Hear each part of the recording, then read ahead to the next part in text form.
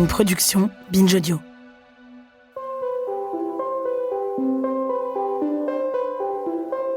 C'est toujours étrange le premier rendez-vous. Chacun, chacune arrive au date avec ses objectifs, trouver une relation sérieuse, faire une rencontre légère, se divertir d'un chagrin d'amour, mais aussi avec ses peurs. Être rejeté, s'ennuyer, avoir mal à nouveau, perdre son temps. Pour se protéger, on peut être tenté de jouer un rôle, de se rendre le plus agréable et le plus doux possible, de lisser ses contours pour coller à ceux de l'autre, ou au contraire, de se montrer plus rugueux, plus indépendant qu'on ne l'est vraiment. Au fond, quand on fait ça, on ment, à l'autre et à nous-mêmes. Évidemment, ces rôles sont souvent genrés. Quand on est une féministe avertie qui veut relationner avec des hommes, il peut être délicat de naviguer au milieu de ce théâtre de posture. C'est ce que nous racontent Lou et Fredo. Je suis Bénédicte Gilles et j'ai recueilli leur histoire.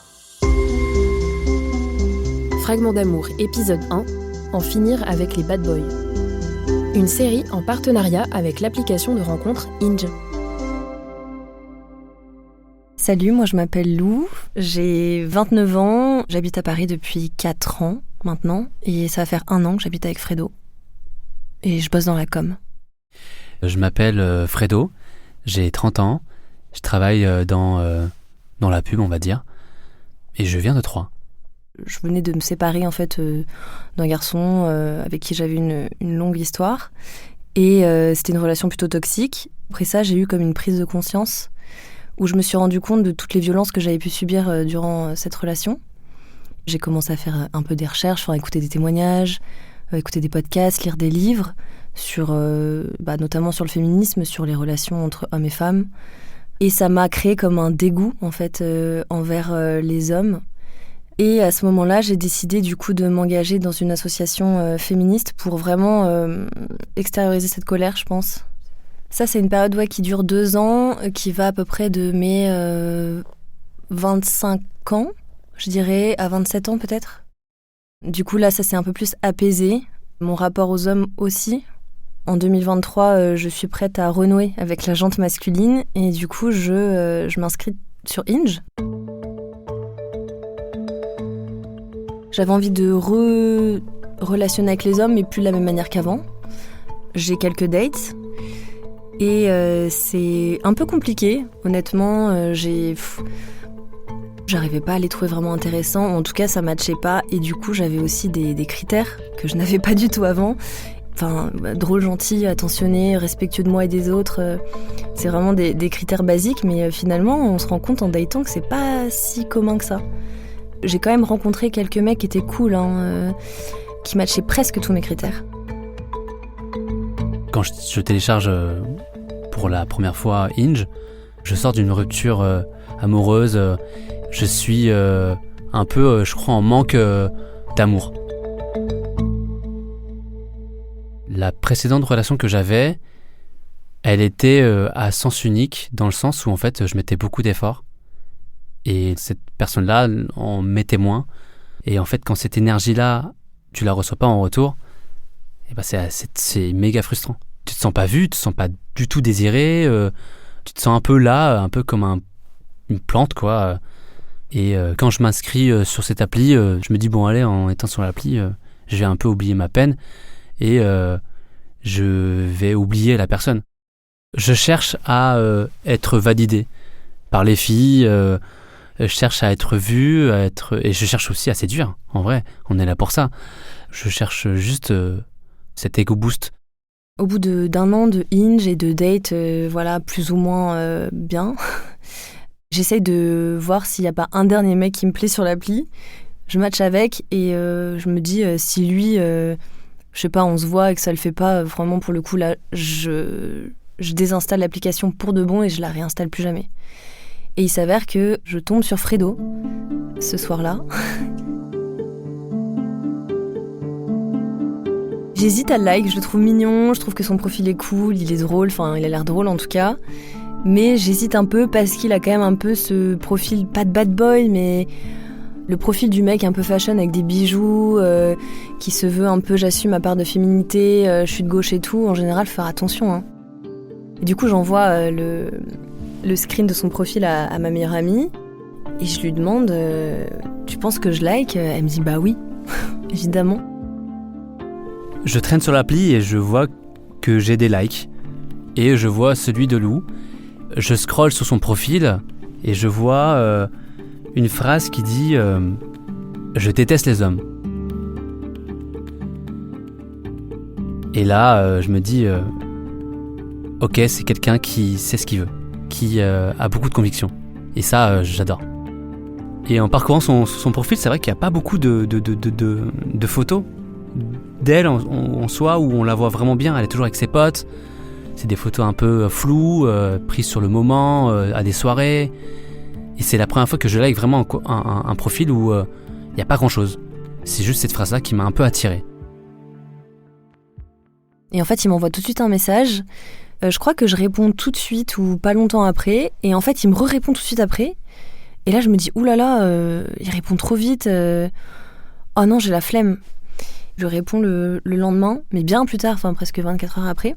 Et il me répond tout de suite après. Et en fait, j'ai trouvé ça cool. Je me suis dit, il a pas d'ego. On m'a répondu, on met 24 heures à me répondre, donc je vais mettre 26 heures. Je crois que c'est dès le deuxième jour, on se dit tout de suite, tu cherches quoi ?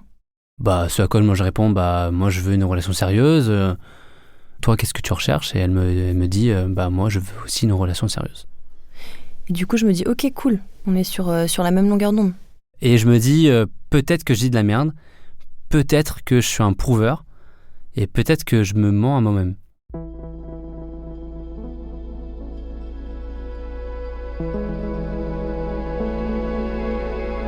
Dans ses réponses, il est drôle, il s'intéresse tout de suite à moi, il pose pas des questions, ça va, tu fais quoi dans la vie ? La discussion, elle est tout de suite hyper fluide, on se parle tout le temps, là on se rend compte qu'on a pas mal de points en commun. Moi, son humour, c'est un humour je suis assez sensible à son humour. Je sais pas, tout de suite je me fais la réflexion de j'aime trop comment il parle, par message, même par vocal, j'aime trop.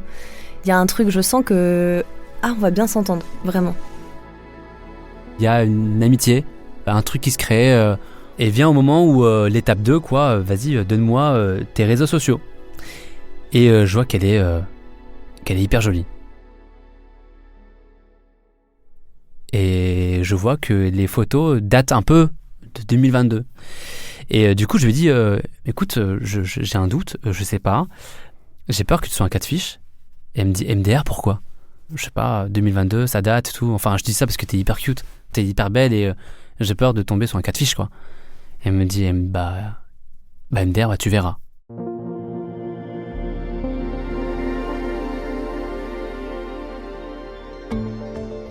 On se voit quelques jours plus tard pour ce premier rendez-vous et avant d'y aller, je me sens stressée et en même temps, j'ai trop hâte de le rencontrer. Je suis stressée parce que j'ai peur que le feeling soit pas aussi cool que par message. Et du coup, voilà, j'arrive au date et là, je le vois au loin et je le trouve très mignon déjà. Et je la vois au loin, je suis encore plus timide parce que je me dis putain, waouh, elle est trop belle.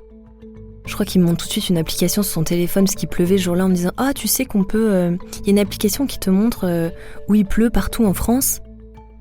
Et on rigole de nerfs parce qu'en fait, le sujet de conversation est trop nul en fait. Parce qu'on sait que c'est nul. Et elle sait que je stresse, et elle sait que... Enfin bref, on sait qu'on stresse et... Après, il me dit on s'assoit et tout, viens, on prend un verre. Et du coup, on s'assoit en terrasse et on commande un verre de vin. Et du coup, on a un truc avec ma meilleure pote, c'est en gros, quand un mec me plaît, que le date se passe bien, je commande en général un verre de vin. Et si le date me plaît pas, ou que le mec me plaît pas, je commande un soft. Et à chaque fois, du coup, que je date, j'envoie une photo à ma meilleure pote, juste de la boisson que je commande, et comme ça, elle sait à peu près comment le date se passe. Et là, tout de suite, je dis à Fredo, je lui dis ce secret, je lui avoue ce secret. Faut que je te raconte un truc un peu marrant, avec ma meilleure pote, on fait ça. Là, vu qu'on boit du vin, ça veut dire que tu me plais. Et là, je me dis, ok, c'est bon, je suis validé, c'est cool, on peut passer, je crois, une bonne soirée là. Et je me détends assez vite, je fais des blagues et tout. Et rapidement, dans le date, on parle de sujets un peu plus sérieux. La parentalité, les enfants, ce qu'on veut dans le couple. Je lui demande de se positionner par rapport au féminisme tout de suite. Et il m'écoute, il m'entend, et ce que j'apprécie à ce moment-là, c'est qu'il n'est pas du tout dans la confrontation et dans le « oh mais n'importe quoi », il veut comprendre vraiment pourquoi je pense ça, qu'est-ce qui me fait dire ça, et il s'intéresse vraiment à mon opinion. C'est difficile de jauger, en vrai, la première fois qu'on rencontre quelqu'un, c'était plus un ressenti que j'avais pas eu avec d'autres personnes. Et c'est vraiment, j'ai ressenti quelque chose chez lui, d'ouvert, quoi. Je sais que moi, de mon côté, je suis en pleine déconstruction. J'ai envie d'en savoir plus parce que je sens qu'elle est vraiment calée sur plein de sujets et qu'elle peut m'aider à être meilleure. Et elle est ravissante, elle est hyper intelligente, elle est sûre d'elle, elle sait ce qu'elle veut. Elle a tous les trucs que quelqu'un voudrait, quoi.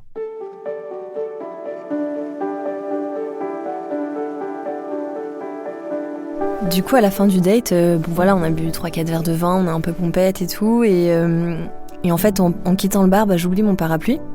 Et c'est vraiment pas fait exprès. J'oublie vraiment mon parapluie, c'est un truc qui m'arrive assez régulièrement. On se quitte, on se dit au revoir, et puis je suis dans le métro, et là, je lui envoie un message en lui disant oh, « j'ai oublié mon parapluie ». Et moi, je lui réponds « mais MDR, c'est une technique, ça. C'est quoi ta technique, là? Tu veux qu'on se revoie ou... » Elle me dit « non, j'ai même pas fait exprès et tout, tu peux aller chercher, s'il te plaît ?» Et je lui dis « bien sûr, je vais aller chercher. » Et elle me dit « comme ça sera une occasion de se revoir. » Du coup, après, on se revoit pour un deuxième date, pas longtemps après. Et on se retrouve pareil dans un bar, on va boire des coups. Et en fait, ce deuxième date, il va vraiment venir confirmer le fait qu'il me plaît, autant sur un point intellectuel que physique. Il me dit « est-ce que je peux mettre ma main sur ta cuisse ?» Et moi, je lui dis oui. Puis après, il m'a embrassée, mais il m'a demandé aussi. Il m'a dit « j'ai très envie de t'embrasser, est-ce que je peux t'embrasser ?» Et du coup, on s'est embrassés dans ce bar, et c'était trop bien. On va en direction du métro pour qu'on rentre chacun dans nos appartements respectifs. Et j'ai fait une erreur fatale, c'est que j'ai pas mangé.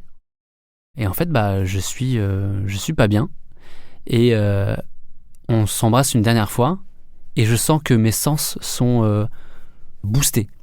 Mes jambes sont fragiles. J'ai des sueurs froides. Et je vois, il est tout blanc. Il est trop mal, quoi. Ça va pas du tout. Et je lui ai dit écoute, Lou, je pense que tu devrais rentrer. Je suis pas du tout bien, là. On va rentrer, non? Elle me dit ok, d'accord. Je rentre chez moi, puis il m'envoie un message, je crois 1 heure après, en me disant je sais pas ce qui s'est passé, j'étais trop mal. Là, je suis couchée. Je pense que le fait de t'avoir embrassé, plus l'alcool, je sais pas, ça a créé quelque chose en moi. J'ai ressenti des trucs que j'avais jamais ressentis. Donc là, moi, je me suis dit mais c'est bon, il est amoureux, en fait.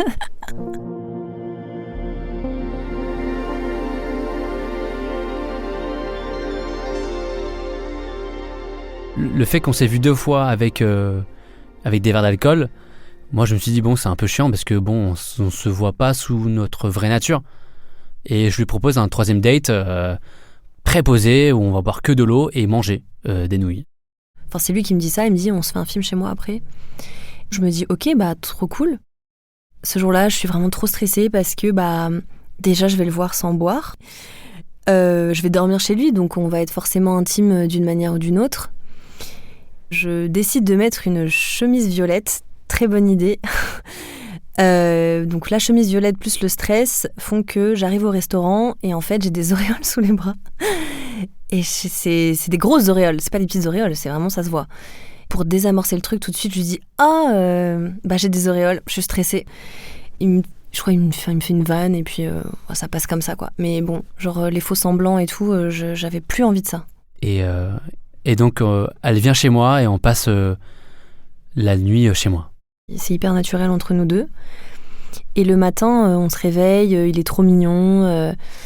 Et lui, il doit partir au travail avant moi. Et du coup, il me dit je te laisse claquer la porte en partant.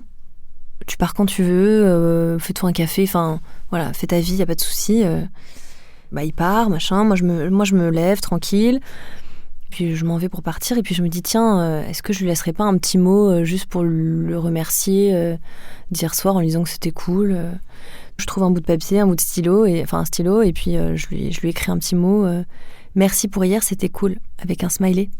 et je laisse ça sur son lit et je m'en vais.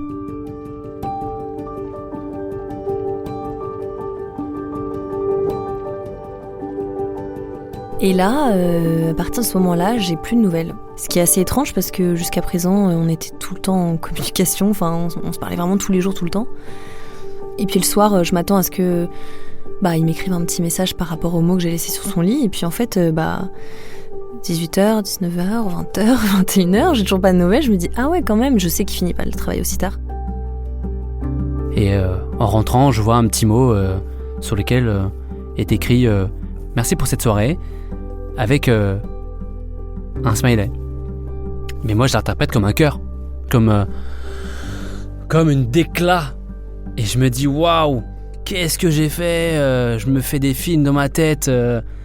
Mais qu'est-ce que j'ai fait? Du coup, en fait, sortir avec une meuf, ça va demander du temps. Ça va demander du coup de l'investissement, ça va demander tout ça, tout ce que j'ai fait avant, ça demande ci, ça. Est-ce que j'ai le temps? Est-ce que je veux vraiment ça? Je remets tout en question, tout le date. Je suis déçu de moi parce que je me dis, merde, je trahis en fait ce que j'ai dit. Je veux une relation sérieuse. Et au final, quand je vois ce mot, en fait, au final, tu veux pas vraiment ça. Et puis je crois à 21h30, je reçois un message, sympa le mot, très froid, très très froid. Et je me dis, ah ouais, waouh, pourquoi d'un coup cette distance? Enfin, ça devrait être l'inverse. Là, on est devenus intimes l'un avec l'autre, on a toujours été honnêtes l'un envers l'autre. Pourquoi d'un coup t'es distant avec moi? Cette froideur, elle continue le lendemain et j'ai pas envie d'attendre plus que ça. Je lui envoie un message, je lui dis, mais je te sens distant, est-ce qu'il se passe quelque chose? Tout de suite, il me dit, ah non, mais pas du tout va bien, désolé, non, pourquoi, qu'est-ce qui te fait dire ça? Enfin, il fait genre, il comprend pas ce qui se passe, non.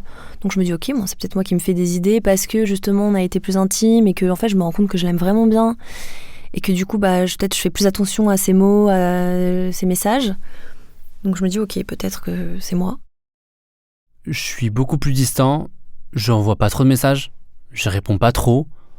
Quand Lou me propose des choses, je dis que j'ai un emploi du temps assez chargé, car je sors souvent avec mes amis, et que pour l'instant je privilégie plus mes amis que mes dates. Lou, oui, je voulais une relation sérieuse avec elle. Mais d'un côté, je voulais aussi m'en foutre, en fait. Je voulais juste, je crois, ne pas donner l'heure. Parce qu'en fait, on m'avait pas donné l'heure lors de mes 3 ruptures. On m'a toujours dit mais Fredo, vas-y, profite. Tu sors d'une longue relation, t'as toujours enchaîné. Enfin, profite en fait. T'es sur l'appli, vas-y. Rencontre des gens. Viens en soirée avec moi. Viens, on va parler à des meufs et tout. Let's go quoi. Viens, on fait des rencontres. En fait, j'essaie de me jouer un rôle très masculin, très bad boy. Parce qu'on m'a toujours dit, vas-y, fais le bad boy et tu verras que en fait, tu te feras plus de mal. Alors qu'en fait, il n'y a pas tellement de recettes à la guérison de chacun. Et je lui mens, je lui fais du mal et je sens que je suis pas naturel. Parce que je suis pas du tout comme ça. Je suis pas du tout le genre de mec qui met des vents et tout. Justement, moi, je suis quelqu'un qui va toujours créer de la conversation et donner beaucoup d'intérêt et du temps à l'autre.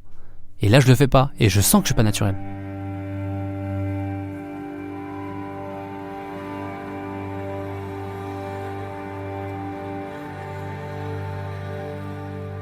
Et pendant 2-3 semaines, en fait, il est distant. Mais c'est un coup chaud, un coup froid. C'est, on se voit, quand on se voit, c'est génial, il est trop cool, c'est comme avant, hyper naturel, hyper cool. Mais du moment où je pars, le lendemain que je rentre chez moi, j'ai plus de nouvelles. Ou alors j'ai des nouvelles le soir très tard. Mais je persiste pendant 3 semaines en me disant que en fait c'était quand même trop bien ce qu'on avait au début et je comprends pas trop ce qui se passe, sachant que pendant ces 3 semaines elles sont quand même entrecoupées de t'es sûr qu'il y a rien? T'es sûr que il se passe pas quelque chose? Moi je veux que tu sois honnête avec moi. Si t'as envie qu'on arrête la relation, dis-le moi, y a pas de souci, enfin c'est la vie quoi, c'est pas grave. Non, pas du tout, tout va bien. Je sens que j'ai une boule au ventre et je m'étais en plus dit que je voulais plus ressentir de boule au ventre avec quelqu'un, je voulais que ce soit simple. J'ai commencé à perdre l'appétit, enfin je sentais que ça avait vraiment un impact sur ma santé mentale lui qui m'a fait croire que c'était trop cool et qu'en fait il était différent, bah là en fait il est comme les autres.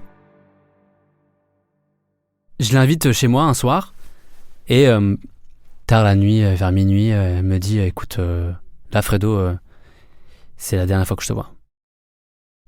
Et donc là il tombe de 1000 étages. En fait, t'es pas sincère avec moi, t'es pas honnête. Tu m'as dit que tu voulais quelque chose de sérieux. Mais c'est pas le cas, parce que tu me donnes pas l'heure. Tu fais le bad boy, tu fais le mec là. Et je me dis mais merde, putain. Je suis trop con. En fait il m'explique un peu plein de trucs qu'il m'avait jamais dit avant, notamment sur son passé amoureux, qu'il a beaucoup souffert, qu'il a souvent beaucoup donné en amour, et qu'au contraire c'était lui qui avait tendance à courir après les filles. Et du coup il m'explique tout ça, et moi je suis genre ok, super, mais c'est pas mon problème. Enfin, tu peux pas me faire subir ça, genre tu peux pas me faire pâtir de ce que t'ont fait les autres. Enfin j'ai toujours été honnête, j'ai pas envie de ça, j'ai pas à subir de ça quoi. Jusqu'à 3h du matin, on parle. Je lui dis toute la vérité et que en fait elle m'intéresse vraiment. C'est une fille géniale et elle est hyper intelligente, j'ai de la chance de la voir, de la dater.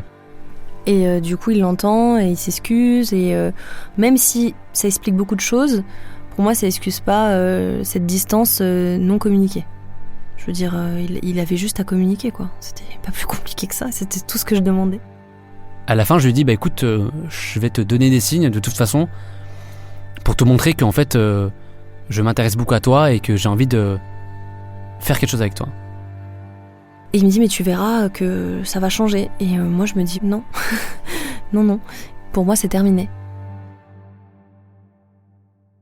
Le lendemain, juste après la conversation qu'on a eue, j'ai un effet électrochoc. C'est que j'ai envie de faire des trucs. Je trouve un spectacle d'un humoriste. Je lui dis bah, est-ce que ça te dit de faire ça avec moi ? Et là il m'écrit toute la journée, comme avant en fait. Viens, on va faire ci, on va faire ça, je vais te présenter à mes copains. Enfin, tout de suite, il est hyper engagé. Je comprends pas. Parce que je me dis, mais en fait, comment tu peux passer de ça à ce que t'étais il y a avant ? C'est pas possible. Pour moi, je me dis, c'est pas honnête. En fait, il a eu peur de me perdre et il y a son ego qui s'est dit, oh non, mais je peux pas me faire quitter par une meuf.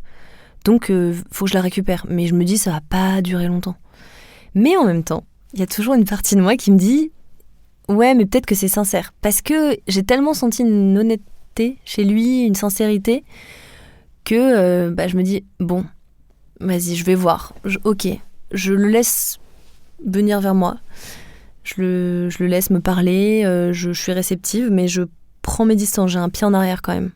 Le fait qu'elle accepte cette invitation, je me dis, ah, ok, il y a une deuxième chance, donc je la saisis quoi. Et au fur et à mesure, je deviens en fait moi-même. Je suis plus un bad boy, je suis le gars qui va donner du temps. On s'échange toute la journée des petits messages, on se raconte ce qu'on a fait. Je veux vivre cette relation comme elle doit être vécue, c'est-à-dire de manière très honnête et vraie, quoi.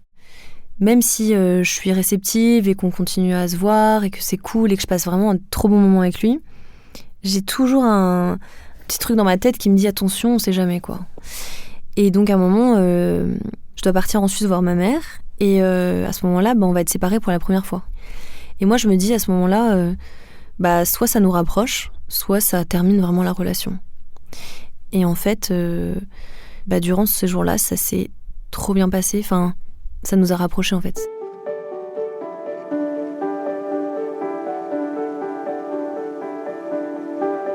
Je l'ai tous les soirs au téléphone, je suis trop content de la voir, elle est loin de moi, elle est en Suisse pour voir sa mère. Et moi je suis à Troyes, je suis chez mes parents quoi. Donc elle me manque. Vraiment c'était encore plus intense, je pense qu'on s'écrivait tous les jours qu'on se manquait. Il y a eu les premiers petits cœurs par message, trop mignon. Et en fait elle me manque tellement que j'ai envie de rentrer plus tôt. Parce qu'elle me dit, là je suis rentré, je suis sur Paris. Et en fait il change ses billets pour rentrer plus tôt sur Paris, pour me retrouver plus vite. Je pense que c'est le premier truc qui me rassure vraiment. Parce que les mots, tu me manques, les appels, c'est cool. Évidemment, ça me rassure. Et les dates qui sont plus nombreux aussi. Mais là, je sais pas, le fait vraiment qu'il est avec sa famille. Je sais que sa famille, c'est très important pour lui. Qu'il décide de passer moins de temps avec eux pour rentrer plus tôt pour me voir, changer son billet qu'il a déjà payé, je me dis, ah oui, quand même. Là, je pense qu'il m'aime bien. Du coup, je lui propose de venir chez moi. Et le soir même, je lui dis, de manière très candide, comme un enfant, je lui dis, est-ce que tu veux être ma copine ? Je dis oui. Et c'est là que ça commence, quoi.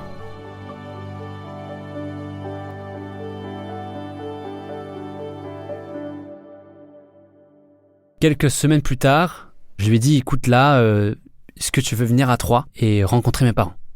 Et pour moi, c'est un grand signe parce que je tiens beaucoup à présenter les personnes que j'aime à mes parents. Il me dit, ça te dit de venir faire mes 30 ans et comme ça, tu rencontres tout le monde. Donc là, je me dis, ah ouais, ok, c'est sérieux, quoi. Là, déjà, je sentais que c'était très sérieux et honnête, mais là, ça l'était encore plus. Donc on va à Troyes et en fait, Troyes est connu pour son andouillette. L'odeur est pas ouf, mais c'est trop bon. Quand je lui dis que je viens de Troyes, Lou me dit « Ah, l'andouillette et tout ». Je lui dis « Ah, mais t'aimes ça ?» Elle me dit « Bah ouais ». Je lui dis « Mais non, t'adores l'andouillette toi ?» Elle me dit « Bah ouais, de ouf ». Et rares sont les personnes qui aiment l'andouillette, qui adorent l'andouillette. J'ai mangé l'andouillette avant de rencontrer les parents.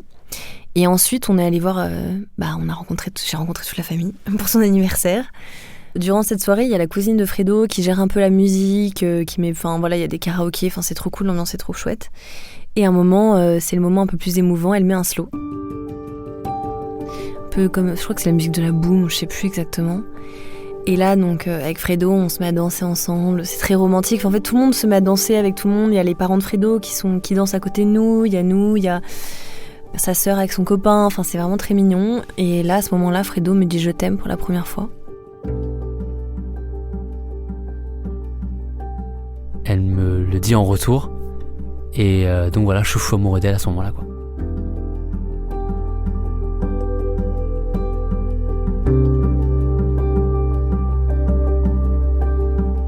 Est-ce que tu m'entends bien là ? Yes, bonjour. Est-ce que tu m'entends bien ? C'est parfait.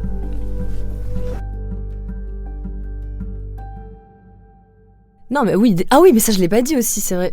Je leur dis, mais quand je suis arrivée, la première fois que je suis allée chez lui, il avait sur sa table de chevet un livre, c'était Préparez-vous pour la bagarre. Oui. Les bons pères de famille. Et je me suis dit, non mais attends, c'est trop là, il veut faire quoi ? J'ai envoyé à mes potes, j'ai pris en photo sa table de chevet. Et on m'a dit cours, c'est sûr que là il est en train de... On t'a dit ça ? Ouais. Dingue. Justine, ouais.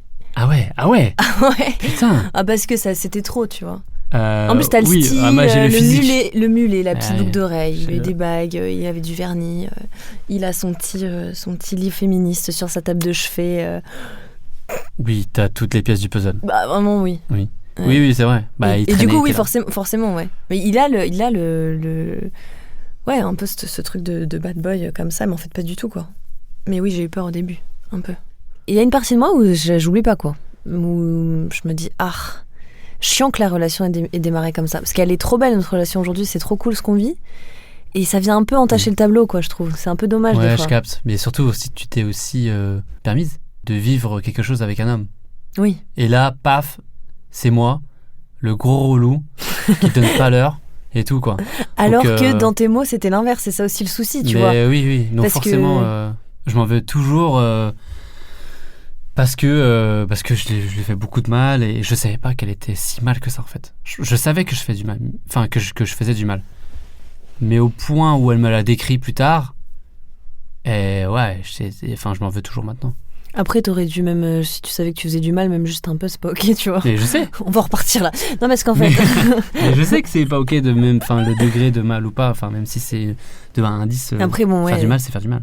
Exactement. Ouais, il est très rassurant à chaque fois sur cette période-là.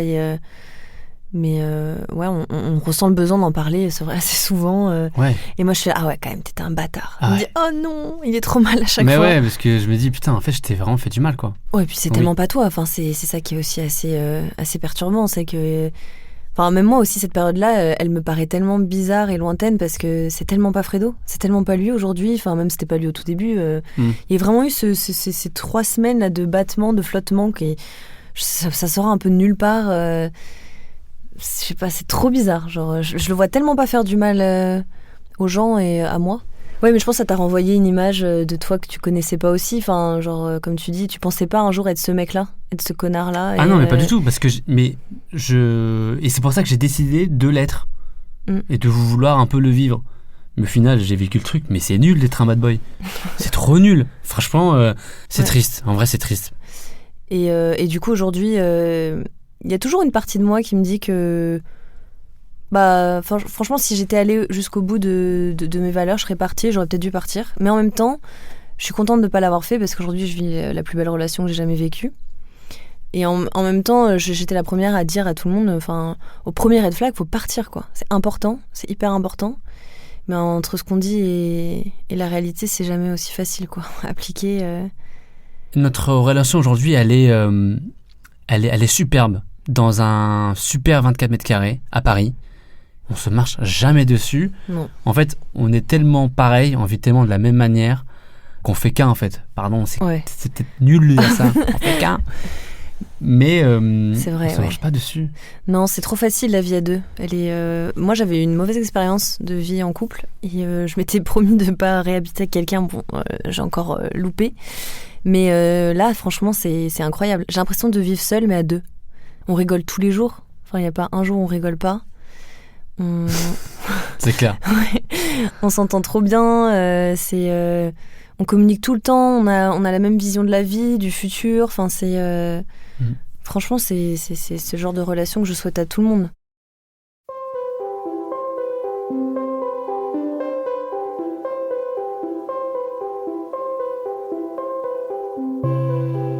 L'histoire de Lou et Fredo a été recueillie et montée par moi-même, Bénédicte Gilles, et réalisée par Théo Boulanger.